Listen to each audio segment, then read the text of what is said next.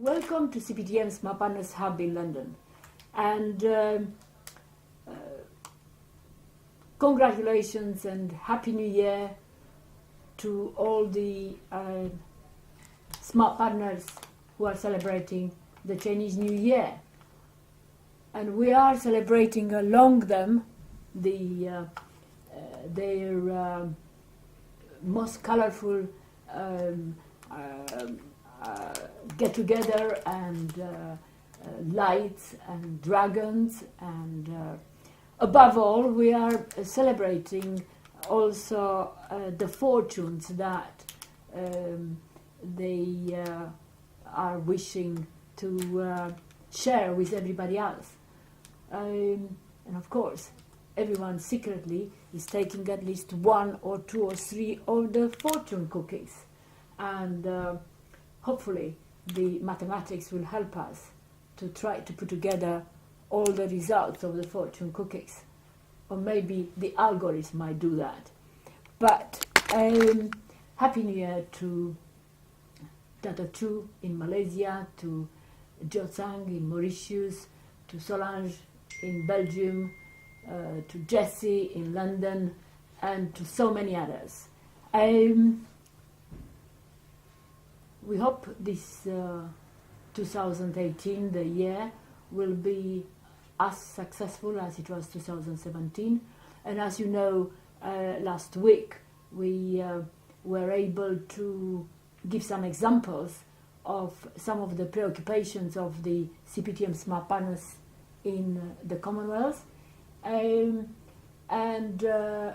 alongside the major Smart Partnership Inclusive initiative that will be launched in April 2018, and which will be based on an integrated framework or a platform, CPTM platform, of the 6 initiatives: the financial inclusion, quality and standards, national statistics, emerging digital landscape, and the data, value of data, specifically alongside national visioning and securing the national state.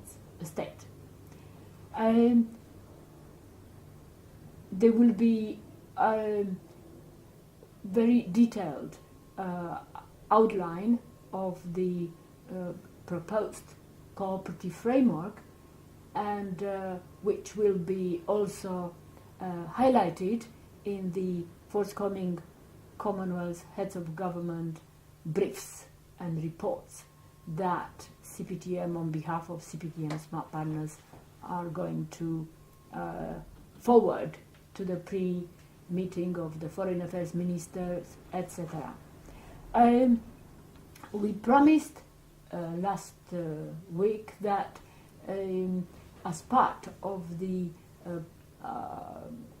preparation towards April 2018, the Commonwealth Summit, the UK Smart Partners would have also forwarded some short statements or webcasts or highlights of their engagement with CPTM, particularly in the more recent. And today we are adding to the CPTM Smart Partners preoccupations a few examples of the short statements which have been forwarded. Of course, the highlight in the last few months is related to the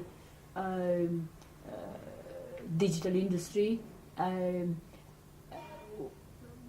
few key individuals who, together with their own companies, are and were and will be part of the Emerging Digital Landscape program to be launched in April, overall program. And they are, as we know, Professor Michael Mainelli, chairman of ZEN in UK, very well known professor and scientist, but also in the world of distributed ledger technologies and many others. Paul Ferris, the CEO and founder of Object Tech, together with Peter Sweetnam, director of the Financial Inclusion, and of course Professor David Hand, who above all introduced the whole idea of leveraging the value of data and everything else that is connected to that. Mr. Jonathan Athow, the Office of National Statistics UK, the Deputy National Statistician and Director General of Economic Statistics, and quite a number of other UK smart partners involved in digital landscape, but we just mentioned a few, who recently, in fact, alongside Oliver Oram, they have been they became CPTM members following a CPTM board meeting which took place yesterday, and who approved their membership. So congratulations for that too. We have obviously smart partners who have been involved for quite a number of years, like Professor Luke Georgiou, who alongside his professional development, he always shared his current preoccupations with CPTM Smart Partners, first of all in the Caribbean on the research and development evaluation, but later on as a very well-known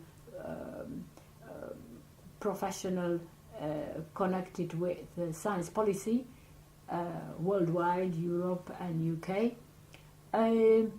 He guided Smart Partnership International dialogues and CPTM fellows, heads of government and institutions alongside his University of Manchester, to various practices that would benefit the acceleration of innovation in national context. So Professor Luke Georgiou, Mrs. Cathy Cunningham, who is a very well-known science policy practitioner, and who was alongside a number of other CPTM members, part of the UK government, but who, Cathy as we call them, dedicated a lot of her professional time to the evolution of CPTM, and particularly of the science policy developments in alongside Tan Srioma, our chairman, and all those involved in science and technology. We have from Mr. Richard Unwin, CPTM companion, we have a short statement which is only highlighting very few and more current engagements he had over the years with CPTM. He was one of the initiator of attracting large UK companies, individuals like Martin Lang and many others, in Rolls-Royce, in alongside Cable and Wireless, into what we developed as smart partnership practice for the Langkawi International Dialogues, and after that for all the smart partnership dialogues and think tanking that took place. So that is Richard Unwin. a very well-known professional business and industrialist. We have Peter Sisson. Peter Sisson is representing the whole team of the British Standards Institute. The British Standards Institute, BSI, is very much part and parcel of the development of the quality and standards inclusion, and includes CPTM as an observer in the annual conferences of International Standard Organization, through which CPTM has the ability to update, brief, and get together developing countries' business, standards organizations. Peter included into his short statement the likely preoccupations, but that are going to take place in relation to the Commonwealth, to development of a Commonwealth standards network. And we couldn't obviously forget Mrs. Anna Ahmed. Mrs. Anna Ahmed is a leading smart partner, part of the Social Issues Link, which was one of the most successful smart partnership framework within the dialogues, and she is keeping an eye from London on the CPTM hub infrastructure. CPTM assists the CPTM hub team, in addition to being present to the key think tanking, where she makes known that there is a social dimension into all the discussions that we have. I think I will stop here, and thank very much to those who did spend some time. There are many UK smart partners as examples, and one of them that I would highlight to finish with is Lord David Craig, who in the last so many years, through his involvement alongside heads of government CPTM fellows, he appreciated, he guided the development of the application of smart partnership, and he shared with the House of Lords at various points of time, including, for instance, in February 2016, the vision of CPTM and the benefits of smart partnership. So you have all this added to the CPTM smart partners already submitted preoccupations, and they will be forming part of the CPTM cooperative framework for 2018 and 19. I will just, as a pre-publication, share with you the almost final report to the pre-heads of government foreign ministers meeting from CPTM, entitled Towards a Common Future, the Smart Partnership Way, CPTM Activities 2016, 2018 and beyond. This will be a report which will be forwarded next Monday, to all the High Commissioner of the 53 countries, to the Ministers of Foreign Affairs, for their pre-program meeting in the week of April 16th in London.